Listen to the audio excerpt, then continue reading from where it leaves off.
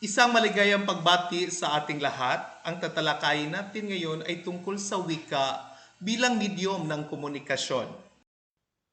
Ayon kay La Chica 2000, ang wika ang pinakamagandang regalo ng may kapal sa kanyang mga nilalang. Malaki raw ang nagagawa ng wika sa pagkakataon ng magandang unawaan, ugnayan at mabuting pagsasamahan dahil ito ang tanging kasangkapan ng tao sa pakikipagtalastasan at pakikipag-ugnayan sa kapwa, sa asosasyon, sa institusyon at maging sa puong may kapal. Paano kayang mapapalapit ang tao sa isa't isa? Paano kayang magkaintindihan ang mamamayan? Paano kaya mapabibilis ang pagsulong ng kaunlaran kung wala ang wika? Hindi sapat ang senyas, ang drawing, ang kulay, ang krokis, ang ingay o anumang paraang maaring likhain ng tao upang matugunan ang mga tanong sa itaas. Tanging ang wika lamang ang kailangan ng tao para sagutin ang mga tanong na ito. Wika ang pinakamabisang sangkap sa pagpapanatili sa madali o panghabang panahon ng mga nalikom na tala at maging sa larangan ng siyensya o ng iba pang disiplina. Maging ang kultura ng isang panahon, pook o bansa ay muling naipapahayag sa pamamagitan ng wika. Ang kabutihan ng layunin ang nakapaloob na katotohanan sa isang intensyon, ang sidhi ng damdamin, ang lawak ng saya, ang kahalagahan ng katwiran, ang pagpasalamat at paghanga, at iba pang nais iparating kaninuman ay naipadarama ng wika. Sa makatuwid, wika pa rin ang pinakamahalagang sangkap sa anumang paraan ng pakikipagtalastasan at komunikasyon. May iba't ibang paniniwala tungkol sa wika. Ayon sa pananaliksik ng mga antropologo, ang wika ng lipunan sa iba't ibang antas ng kalagayang kultural ay nagkakaiba-iba sa istruktura ng kanilang wika at hindi dahil sa sila ay kabilang sa mga sinaunang taong nasakop. Napatunayan na ang wika ng mga taong may simpleng kultura ay halos kapantay din ng wika ng may mas maunlad na lipunan ayon sa kanilang istrukturang punitiko at gramatika. Kung ang mga katutubong tao sa Pilipinas ay mayroon ng sistema ng mga ponema at istrukturang panggramatika, mayroon ding ganitong sistema ang iba pang pangkat na mga tao sa ibang panig ng daigdig. Kung gayon, walang wika ang masasabing mahina kaysa ibang wika. Habang umuunlad ang isang lipunan, umuunlad din ang kanilang wika. Saklaw ng mga antropologo ang pagsusuri ng mga buhay at bayan ng iba't ibang lahi. At interes naman ng mga etnologo ang pagkakaiba ng katawagan ng mga pangkat ng tao na kabilang sa mga lahi, habang gawain naman ng lingwista ang pag-aaral at pagsusuri ng mga wika at kultura. Ayon sa mga antropologo, kasabay na sumibol sa mundo ang wika at ang lahi. Masasabing ang kanilang wika noon ay kasing kahulugan ng ginagamit na mga hayop. Subalit sa paglipas ng panahon, sabay sa pagunlad ng kultura ng tao, umunlad din ang wika. Sangayon pa rin sa mga etnologo at lingwesta, ang kasalukuyang lahi at wika ay nagdaraan sa napakaraming taon ng pagbabago.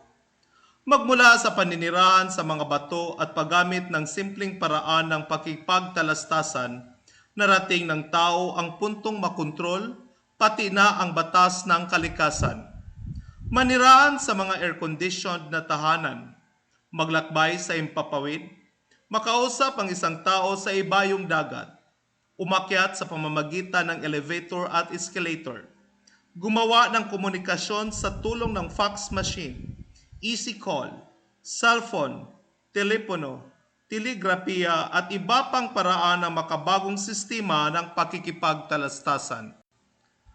May mga teorya ng wika na maaaring batayan ng pinagmula ng wika sa daigdig ayon kay Lacheca 2000.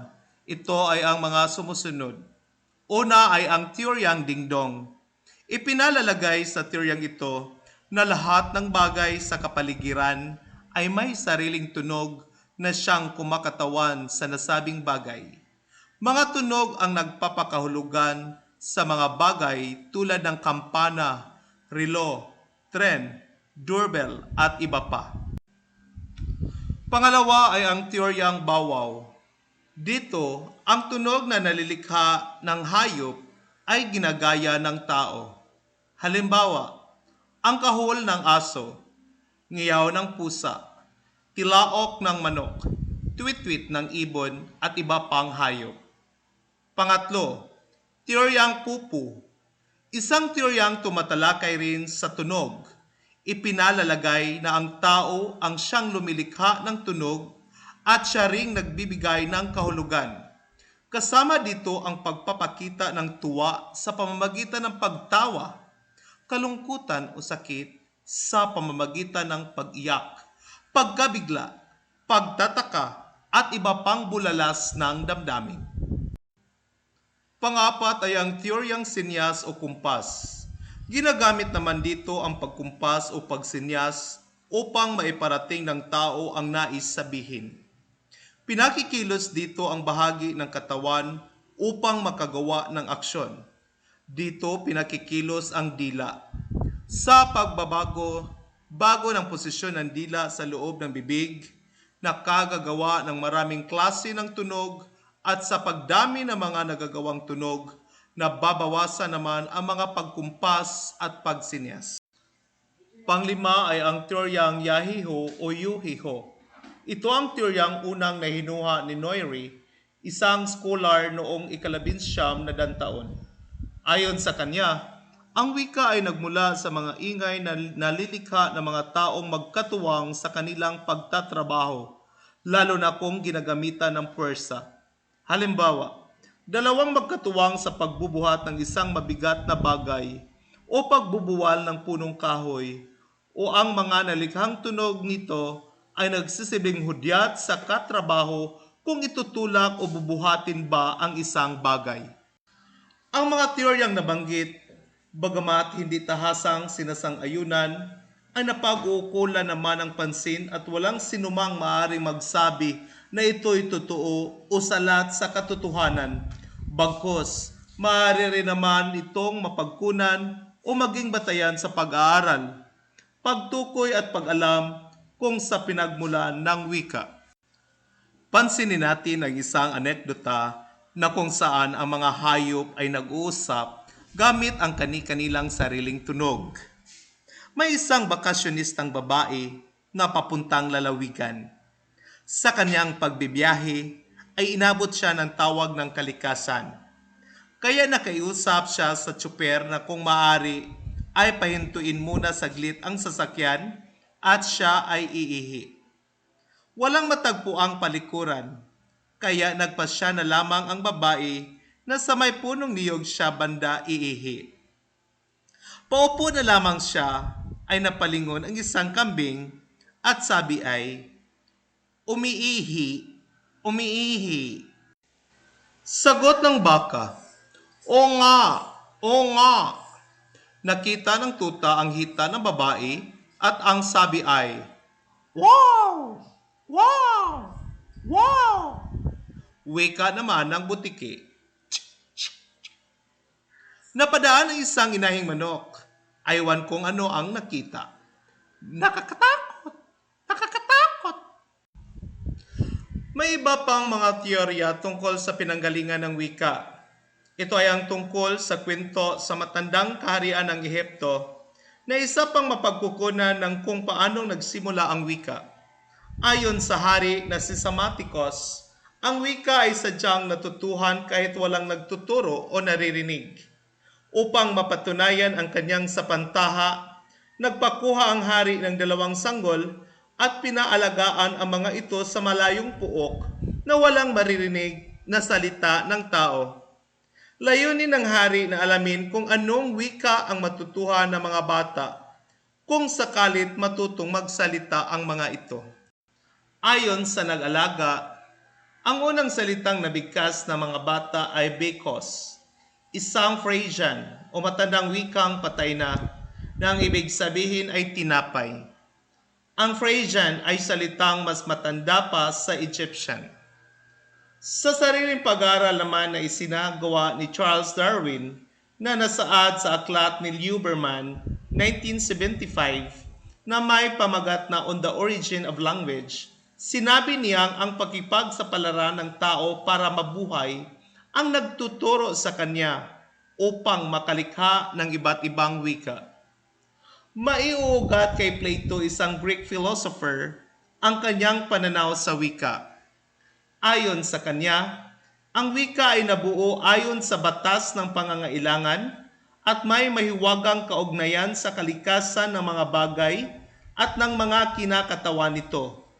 Dagdag pa niya, ang wika ay tulad ng iba't ibang saling angkan na maaaring magsimula sa simple hanggang maging malawak ito. Sa pagdaan ng panahon, ito'y nagdaan sa maraming pagbabago hanggang sa mapalago at maliwanag na naiintindihan. Naniniwala naman ang mga siyentipiko na ang wika ay nagmula sa Homo sapiens o mga unang tao. Sinabi nilang ang wika ay nagmula sa mga unggoy, subalit dahil sa ebolusyon, ang mga simpleng wikang ito'y naging malawak na sa katagalay na pag-iwanan nang napakalayo ang mga salita ng mga hayop. Para kay René Descartes naman, isang pilosopong Pranses at isang mathematician, ang wika ang nagpapatunay na ang tao'y kakaiba. Ang mga hayop ay maaaring nakaiintindi, ngunit di katulad ng kalawakan ng isip at pag-unawa ng tao sa kanyang pagmamasid. Maaaring kausapin ng tao ang hayop, subalit kailanman ay hindi maaaring kausapin ng hayop ang tao. Isang patunay na nakahigit ang tao sa alinmang hayop. Isa sa magandang batayan ng pinagmulan ng wika, ang banal na aklat ayon sa Genesis 11:1-9. Pagkatapos ng dilubyo o malaking baha, ang mga angkang nagmula kay Noah ay dumami at lumaganap pagawing silangan. Noong panahong iyon ay isang wika lamang ang sinasalita ng lahat ng tao. Sa patuloy na paghanap ng mga tao ng mabuting puok na mapaninirahan, ay natuklasan nila ang lupain ng Babylonia. Doon sila nagsimulang magtatag ng isang lungsod. Nagsimula rin silang magtayo ng isang napakataas na templong tori na halos umabot sa langit. Wika nga, ang nasabing templong tori ay isang bantayog na sumasagisag sa kanilang palalo at walang hanggang paghahangad. Nang bumaha sa kalupaan, ang Diyos ay nakita niya ang templong toring itinatayo ng mga tao. Inisip niya na kung patuloy na magkakaroon ng isang wika ang mga tao, sila ay mananatiling nagkakaisa at maaaring dumating ang panahon na wala nang maging katapusan ang kanilang pagiging labis na mapaghangad. Ang nasabing tore ay palatandaan ng palalong paghangad ng mga tao na mapalapit sa Diyos at sa dakong huli, mapantayan at malampasan ang kanyang kapangyarihan. Kaya't ang ginawa ng Diyos ay binigyan niya ang mga tao ng iba't ibang wika upang sila'y hindi magkaunawaan.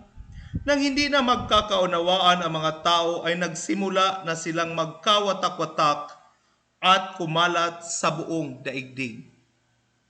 Ang lungsod at templong tore na kanilang itinatayo mula noon ay nakilala sa tawag na lungsod ng Babel at tore ng Babel, na ang ibig sabihin ay City of Confusion at Tower of Confusion, sapagkat doon nakaranas ang mga tao ng pagkakalito, pagkakagulo, at pagkakawatak-watak nang sila'y binigyan ng Diyos ng iba't ibang wika. At dito nagtatapos ang ating talakayan sa araling ito. Naway marami kayong natutunan at maraming salamat sa patuloy na pagtangkilik at pagkatuto sa lahat ng ating aralin. Sa ulitin, maraming salamat at mabuhay tayong mga Filipino.